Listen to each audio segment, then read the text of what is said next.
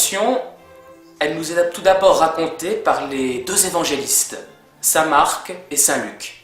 Saint Marc, disciple de saint Pierre, et saint Luc, qui lui a mis ses pas dans ceux de saint Paul et qui a recueilli tous ces témoignages.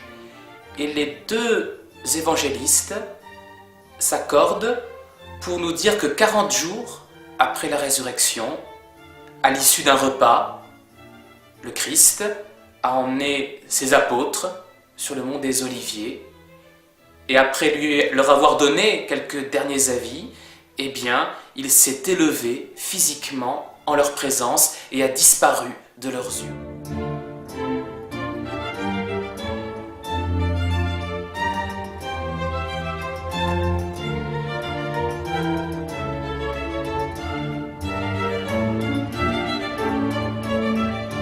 Il s'est élevé par sa propre puissance, parce qu'il est Dieu. C'est pour ça qu'on parle d'ascension et non pas d'assomption pour la Sainte Vierge.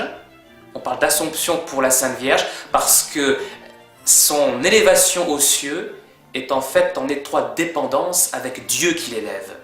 Mais dans l'ascension, c'est Jésus qui est Dieu, qui s'élève lui-même.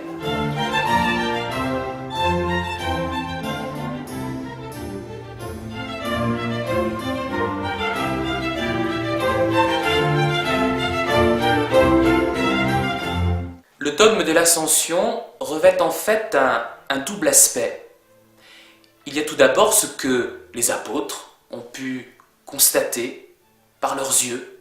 Ils ont vu le Christ s'élever physiquement contre les lois de la nature, contre les lois de la pesanteur. Le Christ a disparu de leur regard. Mais il y a aussi un autre aspect qui va engager, là, à ce moment-là, la foi des apôtres. C'est le fait, pour le Christ, de vivre une nouvelle vie auprès de son Père et d'exercer le pouvoir judiciaire que Dieu le Père lui confie. Jésus qui va maintenant au ciel juger les vivants et les morts.